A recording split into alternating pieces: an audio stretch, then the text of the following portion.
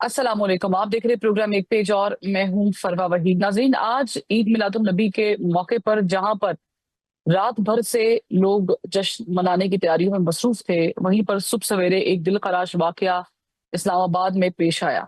इस्लामाबाद के सबसे सबसे बड़े सरकारी अस्पताल पिम्स में एक नहीं दो नहीं बल्कि 14 नौमौलूद बच्चों की अमवात ने पूरे मुल्क को झंझोड़ के रख दिया है। 6:45 बजे एयर कंडीशन में ये आग लगने से वाकया पेश आया। निगहदाश्त वार्ड में ये बच्चे मौजूद थे और वहां पर ना तो अमला मौजूद था और ना ही कोई फायर अलार्म बजने की ऐसी इतलात मौसूल हुई कि कोई बेहतरीन इंतजाम होते और इन बच्चों की जानें बचाई जा सकती। अहले खाना इस वक्त सरापा एहतजाज है। पिम्स अस्पताल के खिलाफ एहतजाज भी किया जा रहा है। कुछ अदाद शुमार आपके सामने रखती हूँ और इससे जाहिर होता है कि कितना एक्सटेंसिव बजट जो है पिम्स अस्पताल का दिया गया है पिछले 3 सालों में। यानी कि 22 अरब रुपए का बजट जो है वो पिम्स अस्पताल को दिया गया। यानी गुज़श्ता साल की अगर हम सिर्फ बात करें तो वफाकी हुकूमत ने 6 अरब 84 करोड़ रुपए इसके लिए मुख्तस किए थे। लेकिन इतनी बड़ी रकम होने के बावजूद ना तो वहां पर कोई खातिर खा इंतजाम थे, ना वहां पर अमला मौजूद था, बल्कि जो एक बच्ची बच गई उसकी खाला के मुताबिक कि सुबह सवेरे जब ये वाक़या पेश आया तो डॉक्टर एक फीमेल जो है वो भाग रही थी। जिनसे उन्होंने दरियाफ्त किया, पूछा कि क्या मामला हुआ है, तो उन्होंने कहा किसी मर्द को बुलाएं क्योंकि आग भड़क उठी है। और ये सुनते ही वो वार्ड की जानिब गई, उन्होंने अपनी बच्ची उठाई। तब से वो बता रही हैं कि पिम्स अस्पताल की इंतजामिया उन्हें मुसलसल राब्ता करके अजीबो गरीब किस्म के जुमले कहने पर मजबूर कर रही है। कभी वो कहती है आप बच्ची उठाकर किसी और की ले आए। तो इस तरह की नवैयत के वाकया भी पेश आ रहा है। कमेटी अलबत्ता बन चुकी है, वजीर आजम ने इसका नोटिस भी लिया है। जो वजीर सेहत हैं, वफाकी वजीर सेहत मुस्तफा कमाल साहब, उन्होंने भी अपने दुख और रंज का इजहार तो किया है, लेकिन दुख और रंज से काम चलेगा नहीं। इतनी बड़ी गफलत कैसे पेश आई? एग्जिट जो डोर है वो तक बंद था। यहाँ रेस्क्यू ऑपरेशन स्टार्ट करना था, वो 2 घंटे ताखिर से किया गया क्योंकि अंदर से कहा जा रहा है कि अस्पताल के अक्सर दरवाजे बंद थे। रेस्क्यू रेस्क्यू टीम्स लेट पहुंची, पुलिस का अमला लेट पहुंचा। तो ये गफलत आखिर बरती किसने, कहां पर बरती गई, इसका जिम्मेदार कौन है? क्या ये एक और कमेटी बनने के बाद की टोकरी में फेंक दिया जाएगा? इस पर बात करने के लिए मैं ज्वाइन किया है, हमारे साथ डॉक्टर नदीम जान साहब मौजूद हैं। साबिक निगरान वफाकी वजीर सेहत रहे हैं। बहुत शुक्रिया डॉक्टर साहब, आपने वक्त निकाला। इनके साथ साथ ब्यूरो चीफ इस्लामाबाद गुलाम मुर्तजा साहब भी में ज्वाइन कर चुके हैं। मैं डॉक्टर साहब आपकी तरफ भी आऊंगी, लेकिन गुलाम मुर्तजा साहब, एग्जैक्टली क्या हुआ जरा बताइएगा। और जो पिम्स अस्पताल है कोई छोटा अस्पताल तो है नहीं, तो जहां पर ये वाकया पेश आया क्या वहां पर किसी किस्म की फायर अलार्म सिक्योरिटी मौजूद नहीं थी या अमला मौजूद नहीं था? जी, बहुत शुक्रिया आपका मिस फरवा। सबसे अहम बात तो ये है कि क्या वहाँ फायर सेफ्टी अलार्म्स जो हैं, वो क्या बज सकते थे? क्यों नहीं बजे? क्या वहाँ फायर सेफ्टी सिस्टम इंस्टॉल था? हर साल टेंडर होते हैं, उनको पैसे दिए जाते हैं, लेकिन कोई ऐसा मामला सामने नहीं आया।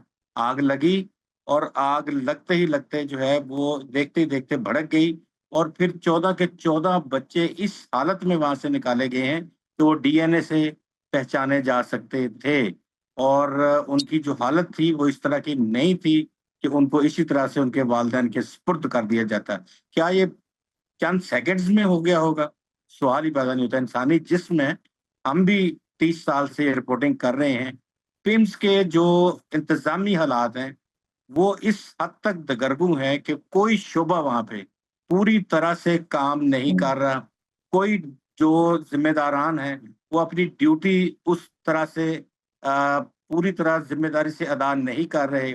दीगर शोबाजात जितने भी मेडिकल के हैं या एडमिन के हैं या एग्ज़ेक्टिव्स के हैं, वो पूरा सिस्टम हम्म। मिस गवर्नेंस की आला तरीन आपने मिसाल जो है वो बन गुलाम चुका मुर्तजा है। साहब जब ये से 2, चेक 3, किया 4 है, ग्रुप्स। तीन तीन शिफ्ट्स होती हैं। मॉर्निंग शिफ्ट में डॉक्टर्स होते हैं, मिड शिफ्ट में होते हैं, इवनिंग शिफ्ट में, नाइट शिफ्ट में डॉक्टर्स होते हैं। तो ये यकीनन नाइट शिफ्ट के डॉक्टर्स की रिस्पॉन्सिबिलिटी रही होगी, क्योंकि ये वाकया पेश आया। तो आपने कोई रजिस्टर वगैरह चेक किया या वहां की इंतजामिया से कुछ पूछा, पता चला कि कितने डॉक्टर्स ऑन ड्यूटी थे? क्या सिर्फ एक ही गायनेकोलॉजिस्ट मौजूद थी, या फिर और भी नर्स या पैरामेडिक स्टाफ वहां पर ड्यूटी पे जिनकी ड्यूटी लगी थी मौजूद था? 5 से 7 डॉक्टर्स जो हैं उनकी ड्यूटी थी। पैरामेडिक्स में तकरीबन 6 खवातीन जो हैं उनकी ड्यूटी थी। सिक्योरिटी के हवाले से भी 2 खवातीन उनकी ड्यूटी थी। बाहर भी अमला था। ये तीसरी मंजिल है एमसीएच की जहाँ पे ये वाकया जो है वो हुआ है। और ये भी मैं बताऊं कि ये पाकिस्तान के फंड से हॉस्पिटल ये नहीं बना एमसीएच, ये जायका ने, जापान ने ये बना के दिया था। हम तो इसको चला भी नहीं सके हैं और हमने आज इतना बड़ा नुकसान जो है वहाँ पे कर लिया है। और डॉक्टर्स हमेशा हम ठीक। खुद ऑब्जर्व करते रहते हैं कि जब उनकी छुट्टी होने लगती है टाइम, उससे घंटा 2 घंटे 8 बजे शिफ्ट चेंज होनी थी। तो उससे पहले ही घंटा 2 घंटे हम्म। तमाम लोग या तो 11-12 के बाद सो जाते हैं या फिर ये होता है कि वो निकल जाते हैं कहीं अपने कामों के ठीक, सिलसिले में। ये पॉइंट वहाँ पे बड़ा उस वक़्त अहम है अगर कि डॉक्टर्स वहां पर अगर मौजूद थे। डॉक्टर नदीम जान साहब, आप भी जाहिर है कि वफाकी वजीर रह चुके हैं सेहत के हवाले से। मुझे ये समझने में मैं थोड़ा सा कासिर हूँ, आपको समझ आई है कि इसके रिस्पॉन्सिबिलिटी किस पे आयद होती है, first degree, second degree, third degree? क्योंकि ये एक छोटा वाकया पेश नहीं आया है। इस्लामाबाद एक छोटा एरिया है जिसमें ये अस्पताल है और जिसका एक बड़ा बहुत अच्छा बजट है। हर साल ऑडिट भी होता होगा, आई एम श्योर।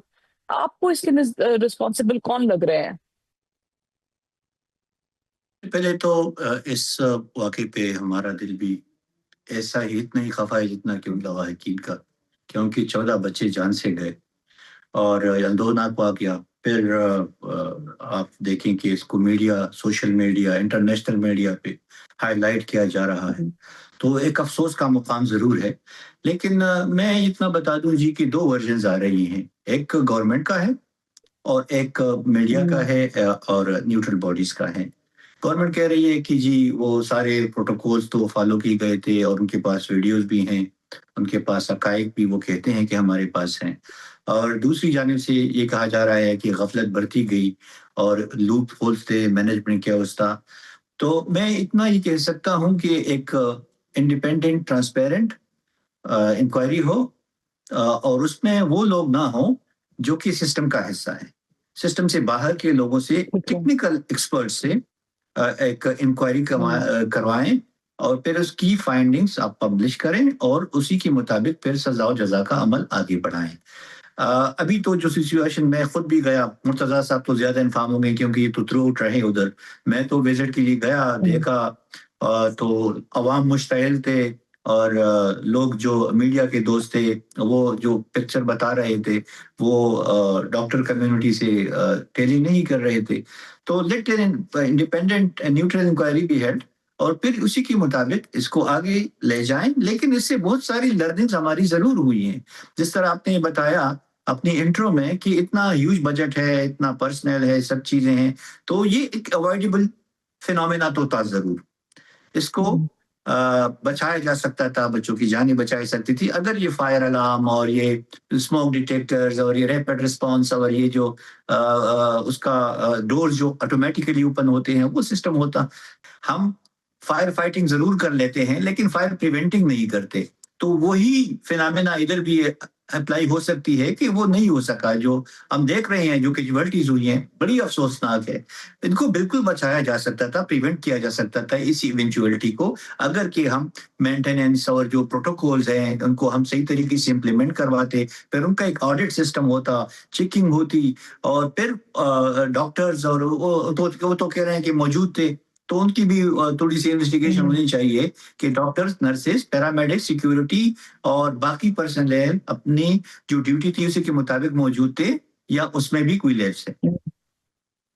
ठीक है, ये तो ज़ाहिर है कि अब जो कमेटी बनी है 14 घंटे में रिपोर्ट पेश करने की बात, I hope I wish and I pray कि जिन माओं की गोद उजड़ी है, जिन्होंने इतने महीने इंतजार किया अपने बच्चे के लिए और उनको उनका बच्चा इस तरीके से मिल रहा है, we are very very chill about it कि हम कमेटी बनाएंगे और हम जो कैफे किरदार पर पहुंचाने वाले लोग हैं उनको सजा देंगे वगैरह वगैरह। चंद डॉक्टर्स को मुअत्तल करने से, उसके लाइसेंस कैंसिल करने से, अस्पताल की इंतजामिया के चंद लोगों को निकाल देने से ये वाकया जो है ये इसका कोई सदेबाब नहीं हो सकता, या उन बच्चों को उनके माँ बाप और उनके माँ बाप को उनके बच्चे नहीं मिल सकते हैं। Let's be very clear about it. ये बहुत दिल खराश वाकया पेश आया पाकिस्तान की तारीख में। आई थिंक बहुत गलत हुआ जो हुआ, नहीं होना चाहिए था। गुलाम मुर्तजा साहब, मुझे आप बताइएगा, क्योंकि आप वहां पर मौजूद भी थे, एसीज के जो डक्ट्स होते हैं या जो एयर कंडीशन होता है, पहले तो ये बताइएगा कि किस किस्म के एयर कंडीशन का वहां पे इस्तेमाल होता है। एक सेंट्रल हीट सिस्टम होता है, एक यूनिट लगते हैं, तो क्या ईयरली इनकी सफाई, इनकी मेंटेनेंस, ये अस्पताल इंतजामिया की जिम्मेदारी है ना, क्योंकि उनको एक बजट दिया जा रहा है। क्या ये किसी ने खातिर में नहीं रखा या उसको चेक नहीं किया कि ये स्पार्क हो सकता है, इसमें आग लग सकती है, क्योंकि एसीज जो है वो गैस होल्ड करते हैं। ये जो अभी इब्तदाई चीजें जो हमारे सामने आ रही हैं, पहले तो ये वर्जन दिया जा रहा था कि शायद जो एसी है उसका कंप्रेसर जो है वो फट गया था, उसके बाद से ये वाकया जो है वो हुआ है। हम रोजाना ऑब्जर्व करते हैं, हम बात देखते रहे हैं। अभी भी जो सूरत हाल है कि एक इंक्यूबेटर में 2 बच्चे ज्यादा से ज्यादा, एक सीधे रुख पे और एक उसके पाँव के रुख पे डाल दिया जाता है, क्योंकि यहाँ जगह नहीं है। अच्छा, उसमें मशीनें जो है वो 8-10 मशीनें लगी हुई हैं, और सारा जो है वो उसमें फासला एटलीस्ट 4 से 5 फुट का फासला एक मशीन से दूसरी मशीन के ऊपर होता है। होना तो ये चाहिए कि हर मशीन के ऊपर, क्योंकि ये न्यू नेटल्स हैं, न्यू बॉर्न्स हैं, तो इनकी बहुत सारी हम्म, प्रॉब्लम्स हो रही होती हैं। प्री मैच्योर भी कुछ होते हैं उसमें, कुछ और बहुत सारे बच्चे इसमें शामिल होते हैं। तो इन्हें कोई एक शख्स जो है वो लेडी हो या वो नर्स दूसरी खातून हो, वो एक जो मशीन है उसके ऊपर एक नर्स होनी चाहिए। काम यहाँ पे एक नर्स जो है वो 15 से 20 बच्चों को देख रही होती है। इसमें उनको जिसको फीड की ज़रूरत है उसको फीड द देनी है उसने। हम्म, इसके साथ जो पैम्परिंग है उसकी वो करनी है, सफाई करनी है, ये सारे काम एक बंदी। और उसके साथ-साथ जो डॉक्टर्स हम्म, हैं वो तो टीम तो पूरी 3-4 डॉक्टरों का इस तरह टीम ए होती है, टीम बी ठीक। होती है, टीम सी होती है, इस तरह से मुख्तलिफ डॉक्टर्स की टीमें होती हैं, और उनके दिन होते हैं जिसमें हफ्ता सोमवार या यानी यानी मंगल, हम कह सकते जुमेरात, हैं इस कि तरह के सेंट्रल उनके दिन हीटिंग होते हैं, सिस्टम में तो भी वो काम कर रहे होते उसकी हैं। मेंटेनेंस के ऊपर सवाल उठ रहे हैं, अगर तो ये स्पार्क की वजह से लगा है, क्योंकि अब ज़ाहिर है कि इस पे बताई चीजें जो सामने आ रही हैं उसको मद्देनजर रखकर हम कंक्लूड कर सकते हैं। अभी इस पे तहकीकाती रिपोर्ट बाकायदा तौर पे जो डिटेल है वो सामने आएगी, बट डॉक्टर साहब, ये बड़ा ही हार्ट रेंचिंग एक और तरह से है कि जिस इमारत में ये वार्ड मौजूद है या गायनी की वार्ड मौजूद थी, वहां पर एक्चुअली में काम भी चल रहा था, और ये तक कहा गया है कि लिफ्ट सिस्टम भी ऑपरेट नहीं था जब ये वाकया पेश आया। जिन औरतों ने अभी रिसेंटली बच्चों को जन्म दिया, उनको भी सीढ़ियां उतर के आना पड़ा जब ये वाकया पेश आया है। तो मुझे बताएं कि क्या ये इस किस्म की ऑपरेशंस अस्पताल में या अस्पताल की इंतजामिया में या विफाकी बजट जब दिया जाता है, तो क्या वो ऐसे ही हैंड ओवर तो नहीं किया जाता होगा, उसके बदले आपको कुछ ना कुछ पेश तो करना पड़ता होगा, रिपोर्ट तो देनी होती होगी। तो क्या इस इसकी जिम्मेदारी सिर्फ यहीं तक महदूद है कि चंद अमले के लोगों को निकाल दिया जाए? जो लोग बजट देते हैं, भेजते हैं, उनको आगे ट्रांसफर करते हैं, तो बहुत सारे स्टेप्स होते हैं। बिल्कुल, आपने बड़ी सही निशानदेही की। एक अक्रॉस द बोर्ड अकाउंटेबिलिटी ज़रूर होनी चाहिए। इसमें सिर्फ़ ये नहीं है कि आप 1-2 बंदे को, और जो कि हमारी हिस्ट्री रही है, हम देख रहे हैं कि ऐसी इंक्वायरीज़ होती हैं और सबसे कमज़ोर तरीन बंदे को मुर्द इल्ज़ाम ठहरा के उसकी अकाउंटेबिलिटी हो जाती है। बाकी की नहीं होती, जिसका जितना ज़ोर चलता है, वो अपने आप को निकाल लेता है। तो इसलिए मैंने रिक्वेस्ट शुरू ही में की, और सुबह भी मेरे इंटरव्यूज़ हुए, तो मैंने कहा कि आप इंडिपेंडेंट, न्यूट्रल और एक्सपर्ट्स की एक इंक्वायरी कमेटी बनाएँ, लीड करे जो भी कोई रिटायर्ड जज हो, ब्यूरोक्रेट हो, जो भी हो, और इंटीग्रिटी वाला हो, रिप्यूटेबल हो, तो वो लोग भी इस पे बिलीव करेंगे और कुछ शायद हकाइक भी सामने आ जाएँ। लैप्सेस ज़रूर हुई हैं, लैप्सेस, और ये सिर्फ़ हम्म, एक यूनिट का नहीं, आप पिम्स की सारी जो मैनेजमेंट है, उधर एक मैनेजमेंट फियास्को ज़रूर है। आपने इसको फिक्स करना हम्म, है। अगर आपने सही सर्विसेज़ लोगों को, बेहतर हेल्थ सर्विसेज़ लोगों को देनी है।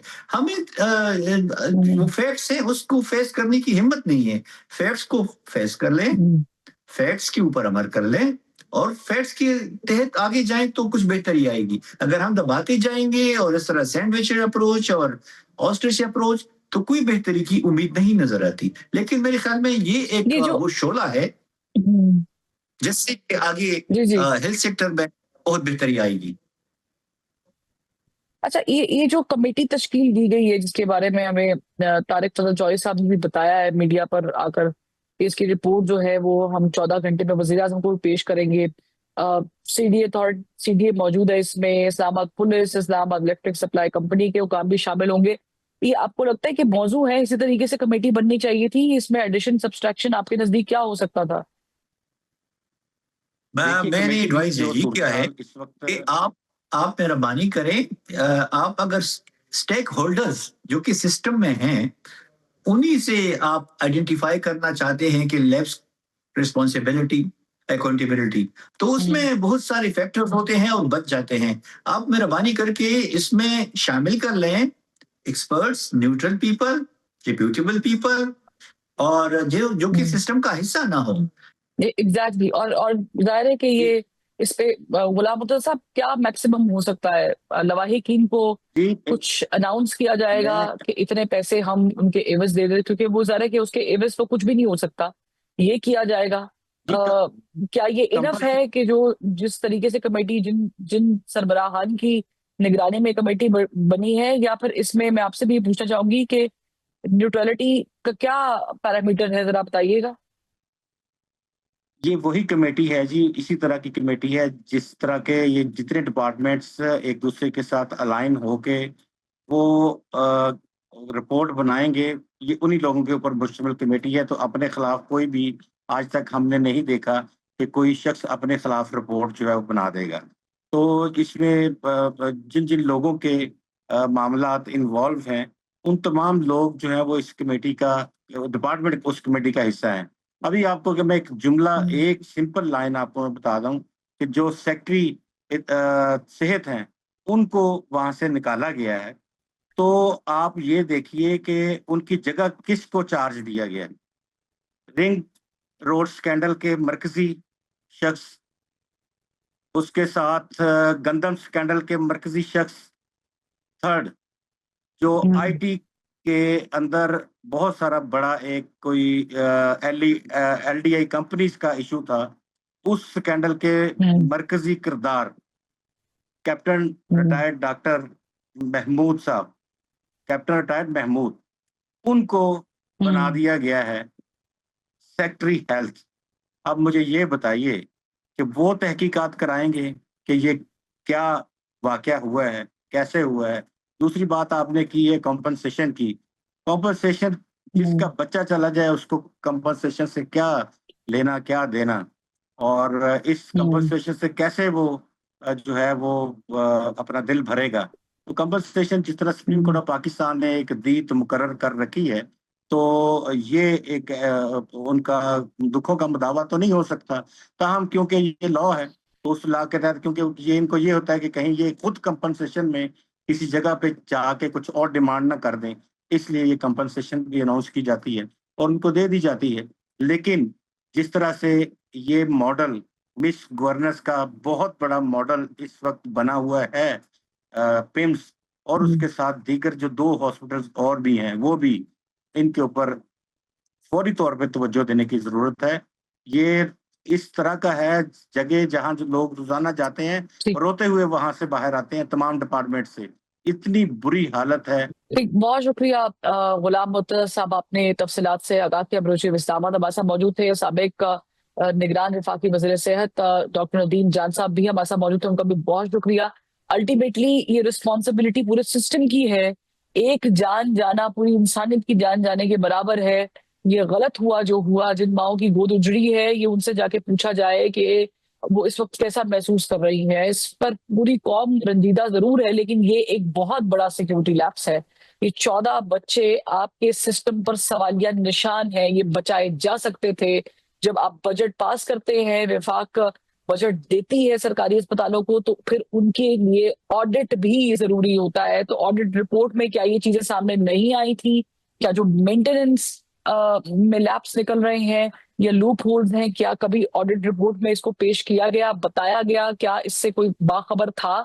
और जो ऑन ड्यूटी डॉक्टर्स मौजूद होने चाहिए थे, वो क्यों नहीं थे? इंतजामिया कहाँ पर गायब थी?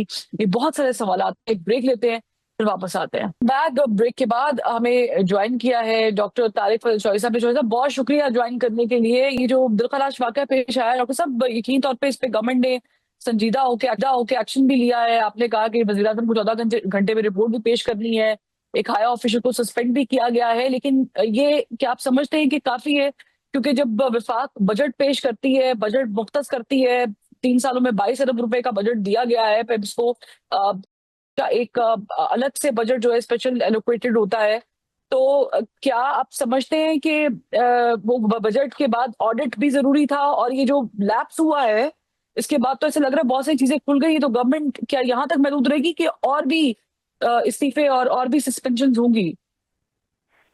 देखिए, बजट तो हर साल की तरह दिया गया था और बिल्कुल दिया जाता है। जो भी ज़रूरत होती है जिस इदारे की, वो गवर्नमेंट को भेजते हैं कि ये हमारी रिक्वायरमेंट है और बजट तो दिया जाता है। लेकिन इस तरह के जो हादसात हैं, इनकी रोकथाम के लिए जो इन इंस्टीट्यूशंस के अंदर तमाम तर हिफाजती इक़दामात होने ही चाहिए। पहले तो उनकी फराहमी को यकीनी बनाना चाहिए और उसके बाद अगर खुदा न खास्ता कोई हादसा होता है तो जो इन हादसात की मदद के लिए दूसरे इदारे हैं, फायर ब्रिगेड है, हमारी सिविल डिफेंस के इदारे हैं, वो कितनी देर में पहुंचते हैं और फौरी तौर पे वो आग बुझाने के लिए क्या इकदाम उठाते हैं, ये बुनियादी तौर पे वो सवालात हैं जिसके लिए प्राइम मिनिस्टर साहब ने एक फैक्ट फाइंडिंग कमेटी बनाई है जो 24 घंटे में रिपोर्ट दे रही है। जो सेक्रेटरी थे उन्हें तो फौरी तौर पर मुअत्तल किया गया है और बाकी जितने भी इसमें जिम्मेदारान होंगे बिल्कुल उन्हें भी सजा दी जाएगी और उन्हें भी इसमें कोई माफी नहीं होगी।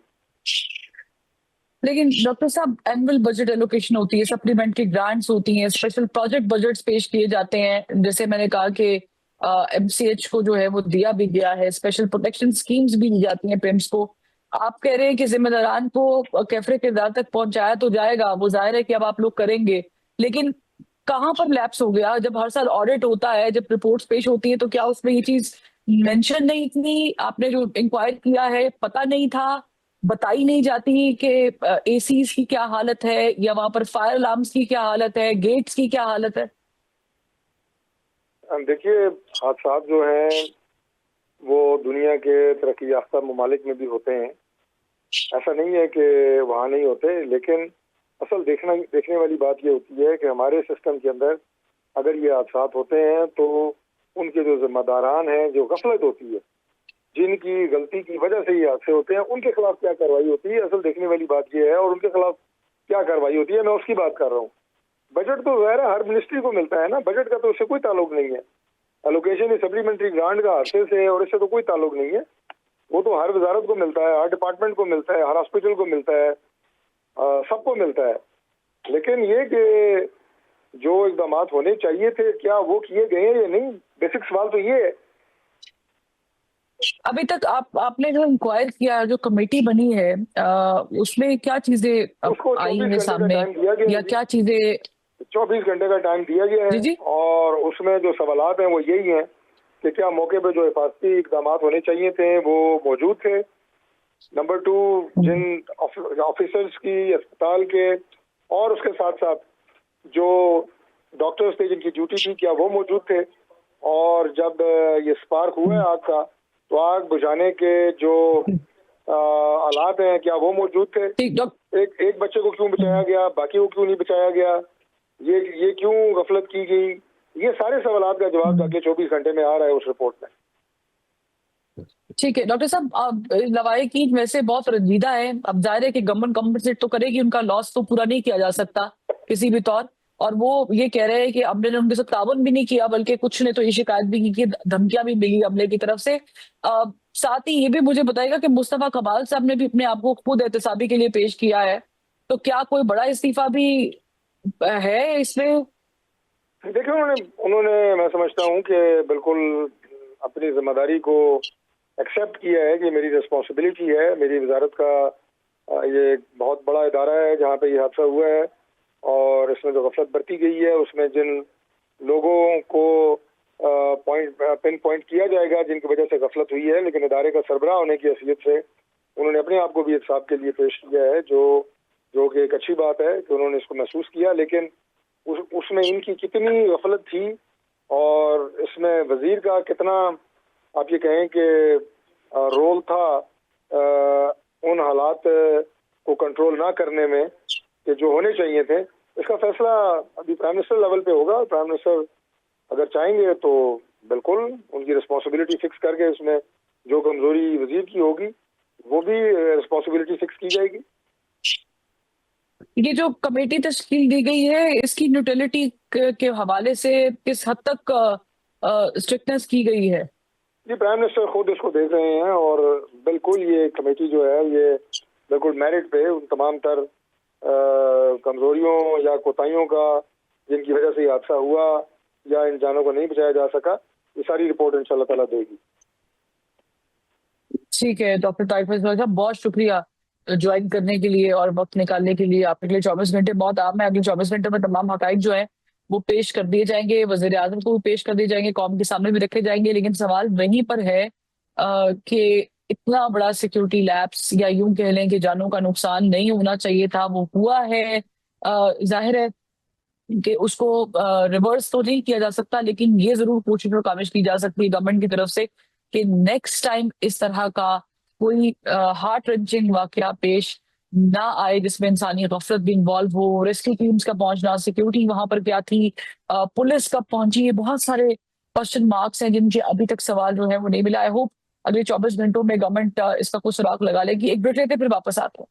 Welcome back. ब्रेक के बाद हमें ज्वाइन किया है executive director PIMS former doctor Javed Akram साहब ने।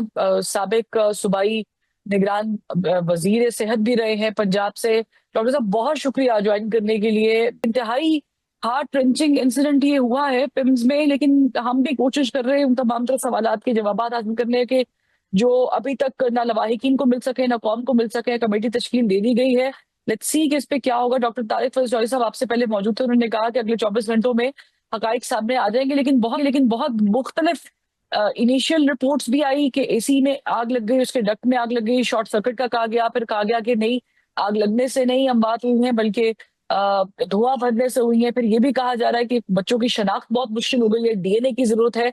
तो बहुत ही मिक्स्ड किस्म की रिपोर्ट्स जो है वो अभी तक सामने आ रही हैं। बट आप चूंकि फॉर्मर डायरेक्टर भी रहे हैं पिम्स के, सर इतना अच्छा बजट होता है या उसकी आप समझते हैं कि निगरानी नहीं की जाती? डॉक्टर जिम्मेदार है इनिशियली, वो तो है क्योंकि वो ड्यूटी पर मौजूद शायद नहीं होंगे उस तरह, लेकिन क्या इसका कोई ऑडिट होता है इस किस्म के लैब्स का कि जो इक्विपमेंट्स यूज किए जा रहे हैं, जो बिल्डिंग इस्तेमाल की जा रही है, उसकी क्या हालत है, उस वार्ड की क्या कंडीशन होती है?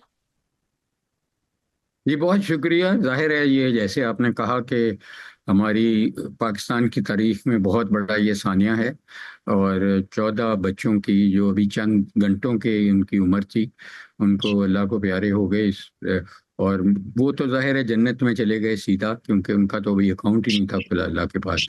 लेकिन उनके जो फैमिलीज हैं, माँ बाप हैं, उन पे एक क़यामत बरपा हुई, क्योंकि वो जाहिर है बच्चा एक बहुत बड़ी अल्लाह की दी हुई नेमत है और उसको वापस ले लिया गया।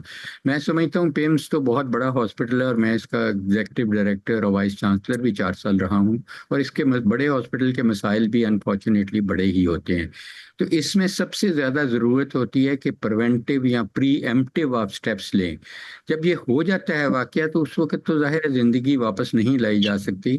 तो इसकी सबसे बड़ा मसला तो यही है कि जो ये हुआ कि वो जो कंप्रेसर बताया जा रहा है कि उसके अंदर पड़ा था, वार्ड के न्यूनेटल आईसीयू में पड़ा था, तो ये वहाँ नहीं होना चाहिए थे। कंप्रेसर तो मक्का का आप देखें, अल्लाह ताला का घर है, उसका कंप्रेसर कोई 30 किलोमीटर दूर होता है, और फिर ये छत पे होते हैं या बाहर होते हैं। तो उसके अलावा ऑक्सीजन के अगर सिलेंडर वहाँ पड़े थे जो इन्होंने आग पकड़ ली, तो वो उधर क्यों पड़े थे जब सेंट्रल ऑक्सीजन होती है? और ये सब सेफ्टी मेजर्स हैं।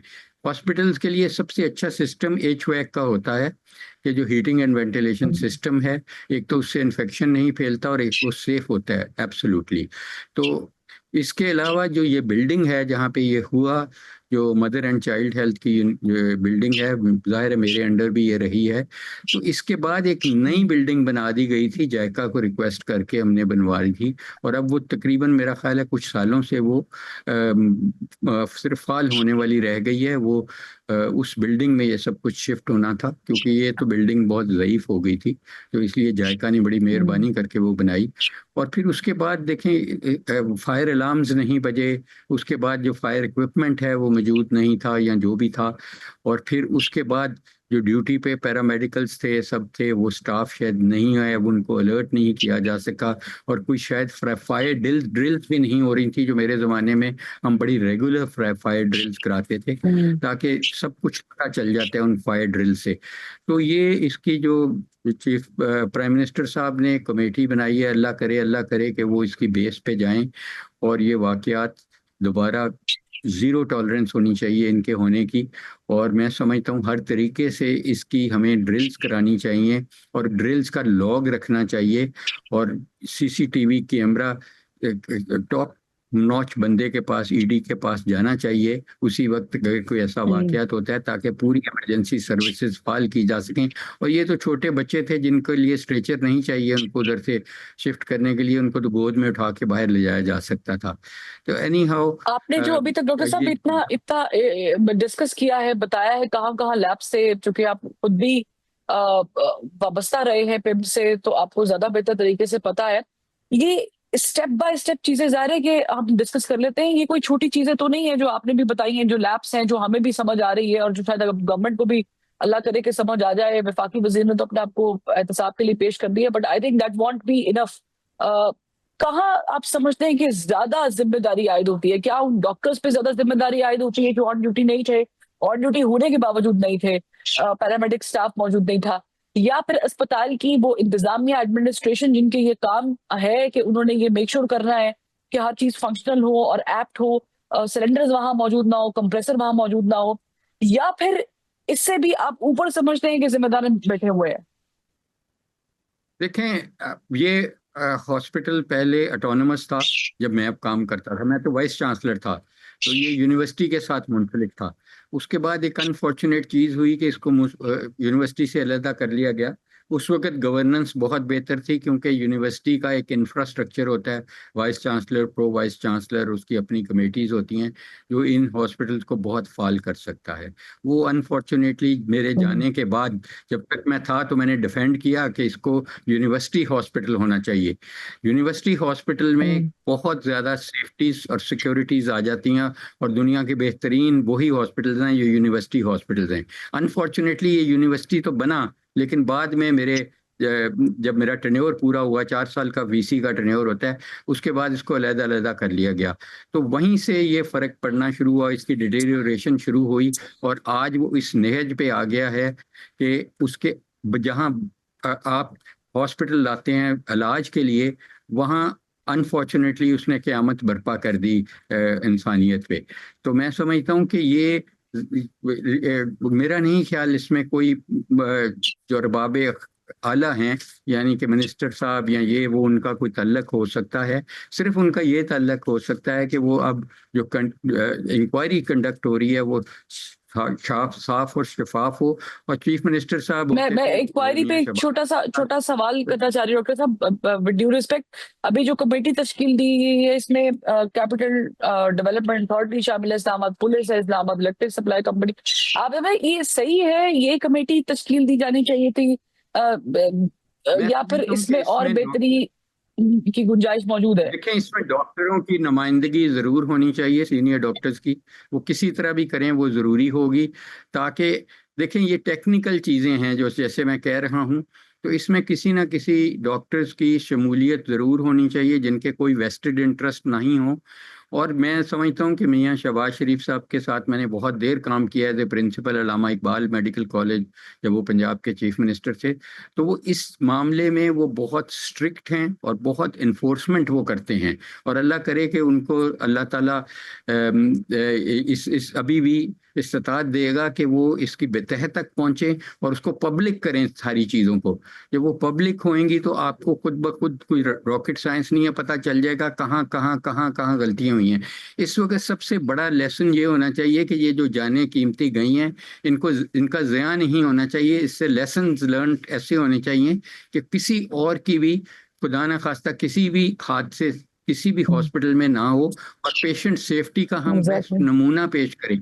पेशेंट सेफ्टी एक आम सब्जेक्ट नहीं है क्योंकि इंजीनियर देखे, ये हम लोगों ने देखना है, डॉक्टर्स ने देखना है। सीनियर डॉक्टर्स हैं जो वेल फेमिलियर हैं विद पेशेंट सेफ्टी के साथ। पेशेंट की सेफ्टी बिल्कुल प्राइम इम्पोर्टेंस की होती है, उसके बाद उसका इलाज होता है।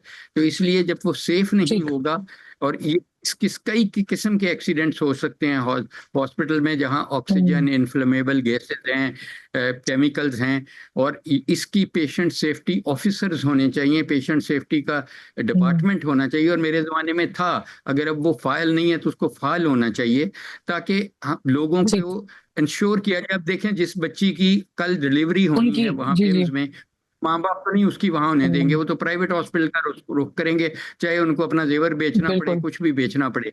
तो ये परसेप्शन जो ऑलरेडी बड़ा और ये टारनिश, वैसे भी अव्वलीन जो तरजीह है गवर्नमेंट की है, इट्स नॉट अबाउट कि प्राइवेट या पब्लिक है, ये किसी में वाक़ा पेश आ सकता है, बट पॉइंट ये है कि ये जिम्मेदारी है रियासत की कि वो मेक श्योर करे कि इंतजामात जो हैं वो गैर फाल ना हो, वो फंक्शनल हो, वो अच्छे हो, अप टू द मार्क हो, और किसी भी इंटरनेशनल स्टैंडर्ड के मुताबिक अस्पताल में तो इस किस्म के मामला जो है उससे प्रिवेंशन बड़ी जरूरी होती है। बहुत शुक्रिया डॉक्टर जावेद साहब, आपने वक्त निकाला और इस पे गुफ्तगू की। एक इंतहाई अफसोसनाक वाकया, मैं फिर से कह रही हूँ कि अब जस्ट इमेजिन कि वो माएँ जिन्होंने चंद घंटों पहले अपने बच्चों को जन्म दिया होगा और वो एक्साइटमेंट में होंगी कि अपने बच्चों को घर लेके जाएंगे, इनके माँ बाप एक्साइटेड होंगे, उनको अब वो कभी नहीं मिलने वाले। और कुछ की तो कंडीशंस ये बताई जा रही है कि वो पहचान में भी नहीं आ सकते हैं। जस्ट इमेजिन कि अगर आप माँ बाप हैं तो आपको ये दुख और दर्द महसूस हो सकता है, और ये किसी भी जान का नुकसान नहीं होना चाहिए था। कभी शॉपिंग सेंटर में आग लग जाना, उसकी उसकी बारे में बताना है कि जी एक लैप्स हो गया, ये कहीं पर भी हो सकता था। अस्पताल में आग लग जाना, बच्चों की जाने चली जाना, लैप्स है कहीं पर भी हो सकता था। इवन कराची में जब आग आतिशबाजी के वाकयात आते हैं तो फिर हमें याद आता है कि ओहो, ये तो वायरिंग का इशू था, ये तो अथॉरिटीज का इशू था, डेवलपमेंट का इशू था, यहाँ पर तो बहुत घपले हैं।